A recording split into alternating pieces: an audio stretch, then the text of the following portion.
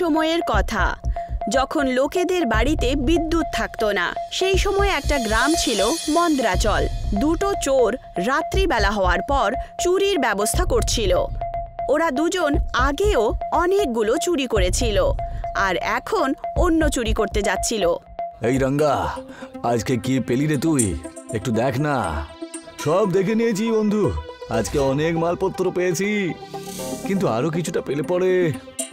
এখনো মন ভরেনি তোর? এত কিছু পাওয়ার পরেও কেন? তোর কি মন ভরে গেছে নাকি? আরে মনটা তো আমারও ভরেনি। এমনিতে আমি কখন থেকে ভাবছি যে যদি তুমি বলো তাহলে আরো কোথাও গিয়ে একটু দেখতে পারি। এসো তাহলে, চলো আর একটা ঘর পরিষ্কার করে আসি আমরা। হ্যাঁ, কোন একটা বড় মহলে যাই এবার আমরা। এটা তো প্রধানের ঘর মনে হচ্ছে। হ্যাঁ, ওনারই তো বাড়ি এটা, আর ওনার থেকে বড় লোক এই গ্রামে আর কোথাও নেই, বুঝেছো? ঠিক কথাই বলেছ। চলো, এখানে এই সিন্দুকটা কোথাও থাকবে, বুঝতে পেরেছো না? কাটালিটা তৈরি করে রাখো তুমি সিন্দুকটা খোলার জন্য। হ্যাঁ হ্যাঁ, সবকিছু রেডি আছে। ওই দেখো সিন্দুকটা, ওই দেখো। ওরা লকারের কাছে চলে যায়। রঙ্গা সেই লকারটা খুলতে শুরু করে। আরে আর কতক্ষণ সময় লাগবে? হ্যাঁ, এখনো পর্যন্ত খুললো না তো। আর এটা সিন্দুক, বুঝতে পেরেছিস? জুতোর ফিতে নয় যে টানলে পরেই খুলে যাবে। আরে অপেক্ষা কর একটু। আরে হ্যাঁ হ্যাঁ, ঠিক আছে ঠিক আছে। তক্ষুনি লকারটা খুলে যায়, আর রঙ্গা হাসতে হাসতে দরজাটা খুলে দেয়। বাহ বাহ, সত্যি জবাব নেই। একবার দেখো না, গয়না পয়সা সব রয়েছে এখানে। হ্যাঁ, সব ভরে নাও ভরে নাও। একটা কয়েনও ছাড়বো না আমরা, ঠিক আছে? যাতে প্রধান মশাইয়ের কোনো কাজে আসতে পারে।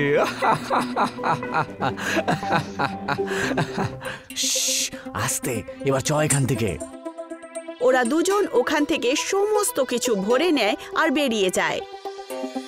পরের দিন সকাল হয়, আর প্রধান উঠে লকারের রুমে চলে যায়, আর দেখতে পান যে লকার খোলা ছিল।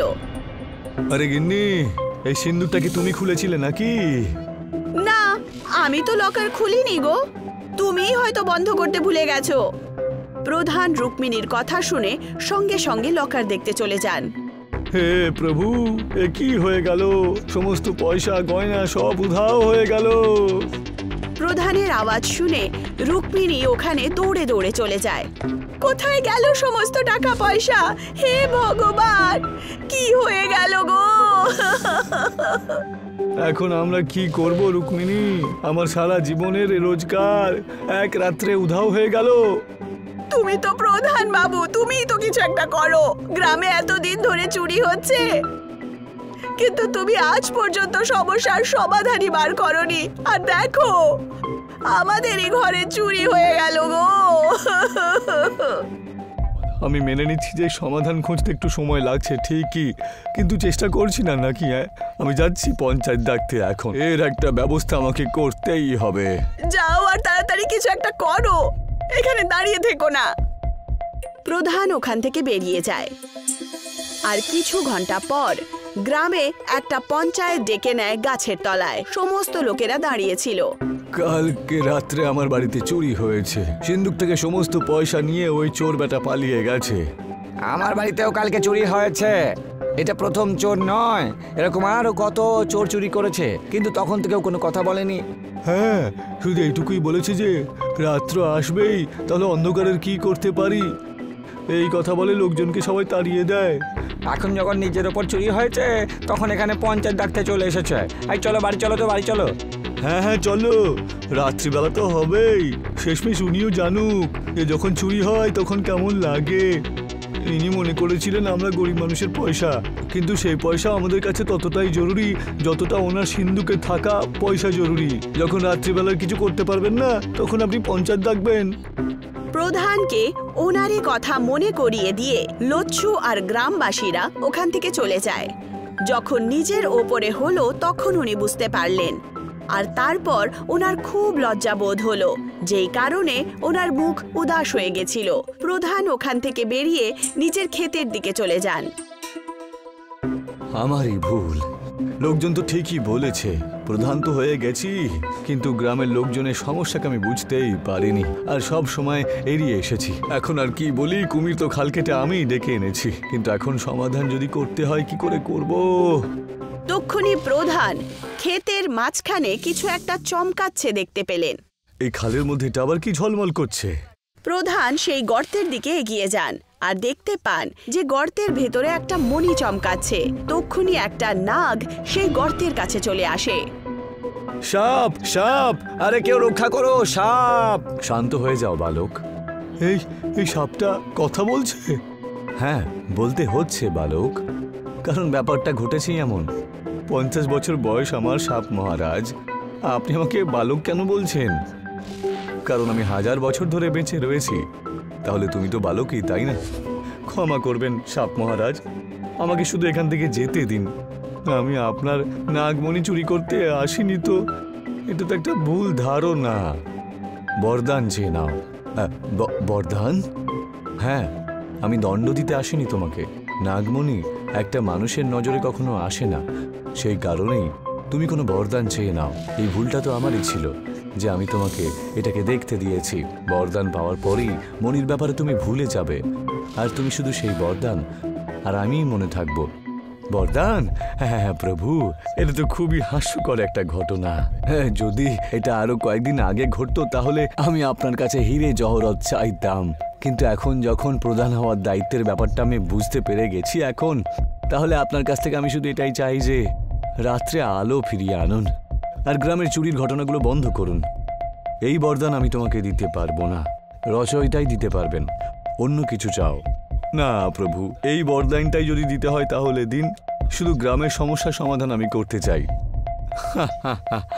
সেটা ঠিক আছে, কিন্তু প্রকৃতির বিরুদ্ধে গিয়ে কোনো বরদান দেওয়া তো আমার সাধ্য নেই। কিন্তু আমি তোমাকে এই বীজটা দিচ্ছি, এই জমিতে তুমি এটা পুঁতে দিও। মাত্র 1 মাসের মধ্যেই তোমার গ্রামের সমস্যা সমাপ্ত হয়ে যাবে। ধন্যবাদ প্রভু।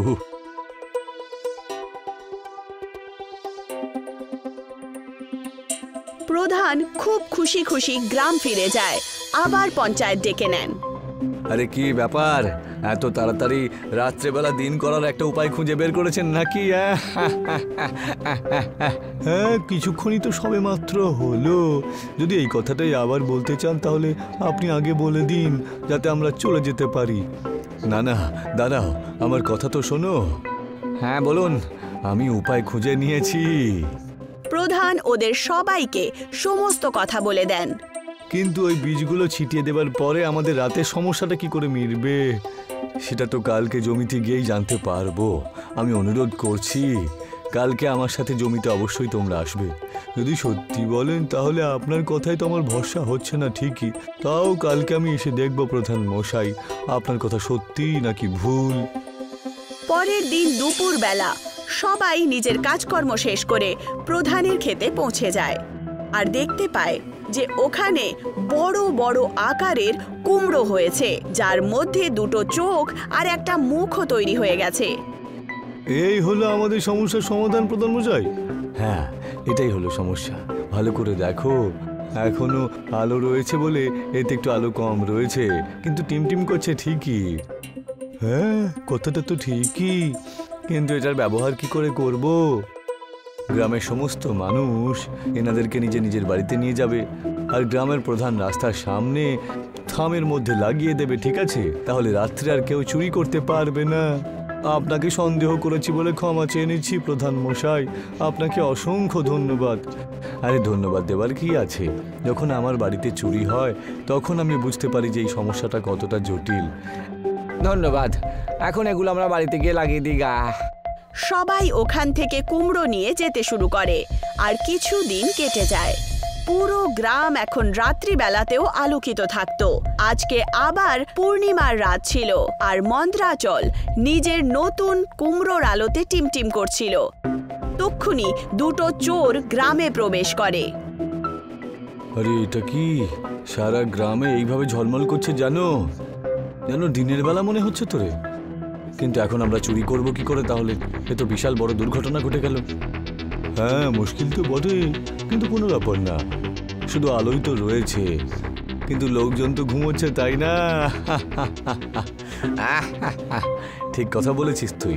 চ চ চ, এবার আমরা হাতের কাজটা করে দিই, বুঝলি? হ্যাঁ হ্যাঁ, চ। দুজন এসে প্রধান বাবুর বাড়ির সামনে দাঁড়ায়। মনে হচ্ছে এই প্রধান মশাইয়ের কাছে অনেক পয়সা রয়েছে, সেই জন্য সমস্ত গ্রামে আলো দেওয়ার মতন এই কুমড়োগুলোকে লাগিয়ে দিয়েছে। হ্যাঁ, চ গিয়ে দেখি। দুজনই চালাকি করে আওয়াজ না করে দরজা খুলতে চলে যায়। তক্ষুনি হঠাৎ করে কুমড়ো ওদের দুজনকে ধরে ফেলে।